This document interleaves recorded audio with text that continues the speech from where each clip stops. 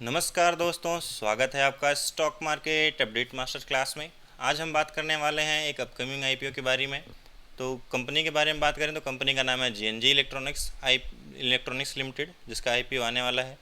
Company को एक और नाम से जाना जाता है, इसको इलेक्ट्रॉनिक्स बाजार .com के नाम से भी जाना जाता है, जिस पे कंपनी अपना बिजनेस करती है। अगर हम कंपनी के बारे में देखें तो कंपनी 2006 में इस्टेब्लिश हुई थी, जो कि लैपटॉप और डेस्कटॉप और आईसीटी सर्विसेज प्रोवाइड करती है ग्लोबली, इंडिया में भी। इनके अगर हम प्राइमरी बिजनेस की बात करें तो इनका जो मेन बिजनेस है वो लैपटॉप रिफर्बिशिंग का है, लैपटॉप और डेस्कटॉप रिफर्बिशिंग का है।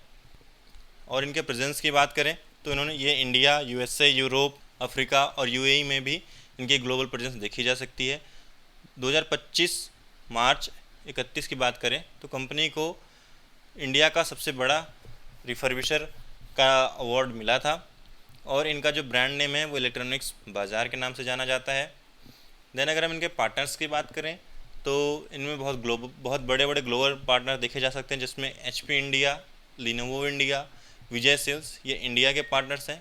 ग्लोबल पार्टनर्स की अगर हम बात करें उसमें जॉय सिस्टम, HUBX और जो यूएसए बेस्ड है, और ग्रीन आईटी, ATX कंप्यूटर जैसे कस्टमर्स और पार्टनर शामिल हैं। इनके हम बिज़नेस की बात करें तो ये डेल, मैकबुक, HP के लैपटॉप, लिनोवो के लैपटॉप और डेस्कटॉप दोनों रिफर्बिश करते हैं और उसको बेचते हैं।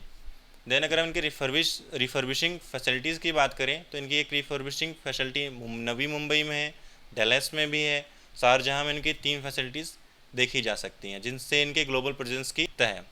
अगर हम इनके पोर्टफोलियो की बात करें तो लैपटॉप से करीबन 75.6% तक का रिवेन्यू जनरेट होता है। वहीं डेस्कटॉप, टैबलेट और सर्वर प्रीमियम और स्मार्टफोन के रिफर्बिशिंग से 24.4% तक का रिवेन्यू जनरेट होता है।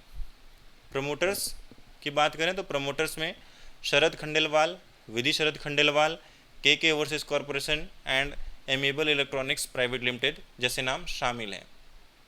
अगर हम इनके ऑब्जेक्टिव की बात करें कि आईपीओ क्यों ला रहे हैं, तो सारा आईपीओ ऑफर फॉर सेल है। और इसमें इनका मेन पर्पज़ है, जो इनके ऊपर कंपनी के ऊपर कर्ज है 3200 मिलियन का, वो इसको चुकाएगी और जो भी पैसा बच जाएगा उसको वो जनरल कॉर्पोरेट पर्पज़ में यूज़ करेंगे। देन हम कंपनी के फाइनेंशियल रिपोर्ट को देख लेते हैं।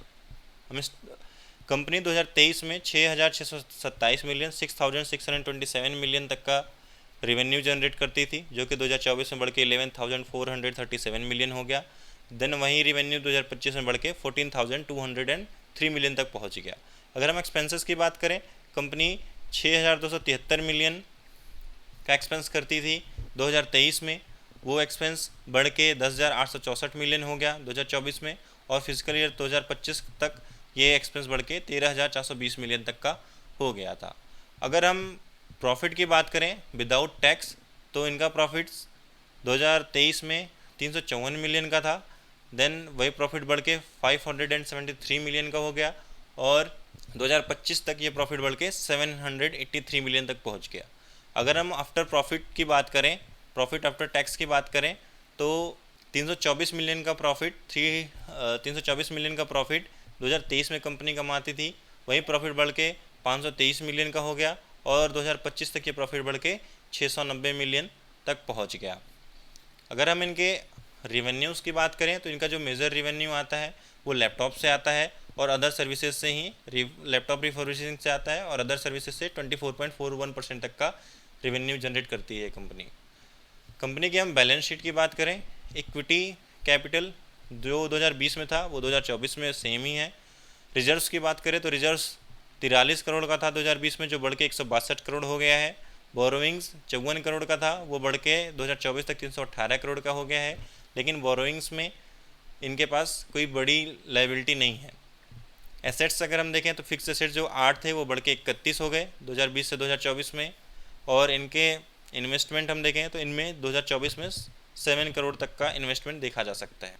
अगर हम बोरोविंग्स को बाइफर्केट करें तो नॉन करेंट इनके जो बोरोविंग्स हैं वो कम है और करेंट बोरोविंग्स ज़्यादा हैं। करेंट बोरोविंग्स जो कि इसी फिजिकल ईयर्स में हमें क्लोज करने होते हैं, तो इनके ऊपर कोई खास बोरोविंग भी नहीं है।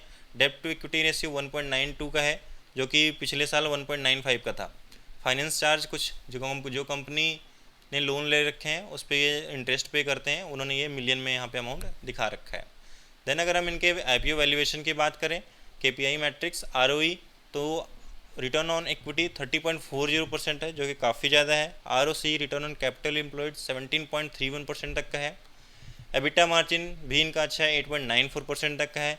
पैट मार्जिन 4.89% का है। डेब्ट टू इक्विटी रेशियो 1.92 का है। अर्निंग पर शेयर 7.09 का है। प्राइस टू अर्निंग रेशियो अभी अवेलेबल नहीं है। रिटर्न और नेट वर्थ की बात करें तो 30.40% तक का है। और नेट एसेट्स वैल्यू NAV इनका काफ़ी अच्छा है, जो कि 23.31 रुपीज़ का है। अगर हम इनके पीयर ग्रुप की बात करें तो कंपनी ने बस एक ही ग्रुप का नाम बताया है, जो कि है न्यूजेसा टेक्नोलॉजी लिमिटेड। ये भी एक लिस्टेड कंपनी है स्टॉक मार्केट में। अगर हम कंपेयर करें दोनों को, GNG इलेक्ट्रॉनिक्स लिमिटेड और न्यूजेसा टेक्नोलॉजी को, तो ग्रॉस मार्जिन 2025 में GNG का 17.89% था, जबकि न्यूजेसा का 34.96% था। एबिटा मार्जिन की बात करें, GNG 8.94% 2025 में एबिटा मार्जिन अर्न करती थी, वहीं न्यूजेसा 2.25% ही अर्न कर पाती थी। पैट मार्जिन की बात करें तो GNG के पास 4.89% का है, जबकि न्यूजेसा निगेटिव में है, -1.72% तक का पैट मार्जिन देखा जा सकता है। ROE की बात करें, इनका 30.40 है और न्यूजेसा का वो नेगेटिव में -1.45 है। ROCE की बात करें तो GNG 17.31% का ROCE दिखाती है, वहीं न्यूजेसा टेक्नोलॉजी नेगेटिव में अपना ROCE दिखाती है। अगर हम समरी की बात करें तो कंपनी का ग्लोबल प्रेजेंस है। Company India, UAE, Europe, USA में इस्टेब्लिश है और वहाँ पे बिज़नेस अच्छा करती है, वहाँ पे उनके क्लाइंट्स भी हैं। कंपनी का जो मेन बिज़नेस है वो लैपटॉप रिफर्बिशिंग का है, जिसमें से इनको 75% के अराउंड रिवेन्यू जनरेट होता है। देन अगर हम इनके प्रॉफिटेबिलिटी को देखें तो कंपनी ईयर ऑन ईयर और क्वार्टर ऑन क्वार्टर काफ़ी अच्छा प्रॉफिट अर्न कर रही है। अगर हम 2023 से अभी तक का देखें तो कंपनी का प्रॉफिट ऑलमोस्ट डबल हो गया है। कंपनी का रिजर्व भी काफ़ी अच्छा है, कंपनी पे बहुत ज़्यादा कर्ज भी नहीं है, तो ओवरऑल कंपनी अच्छी है। अगर हम रिस्क फैक्टर की बात करें तो इनका रिस्क फैक्टर एक ही है कि इनका जो पैट मार्जिन है वो बहुत कम है, 4.89% का ही है, जो कि मोस्टली होता है कि अगर किसी भी प्रोडक्ट्स, क्योंकि ये रिफर्बिशिंग करते हैं, अगर किसी भी प्रोडक्ट्स जो ये बाई करते हैं अदर सप्लायर से, अगर वो उसका रेट बढ़ जाता है तो इनके प्रॉफिट में गिरावट देखी जा सकती है। ओवरऑल बात करें तो कंपनी का परफॉर्मेंस काफ़ी अच्छा है। कंपनी लॉन्ग टर्म और शॉर्ट टर्म के लिए काफ़ी अच्छा हो सकता है। ये कोई बाई और सेल कॉल नहीं है, इसमें ये सजेशन नहीं दिया जाता कि आप IPO लगाएं ना लगाएं, ये मेरा पर्सनल व्यू है। IPO लगाने से पहले आप अपने पर्सनल अकाउंटेंट से ज़रूर कंसल्ट करें। अगर आपको ये वीडियो पसंद आया है तो प्लीज़ इसको लाइक, सब्सक्राइब और शेयर करना ना भूलें, ताकि ये वीडियो आपके दोस्तों तक भी पहुंच सके और इसमें वो IPO लगा सकें।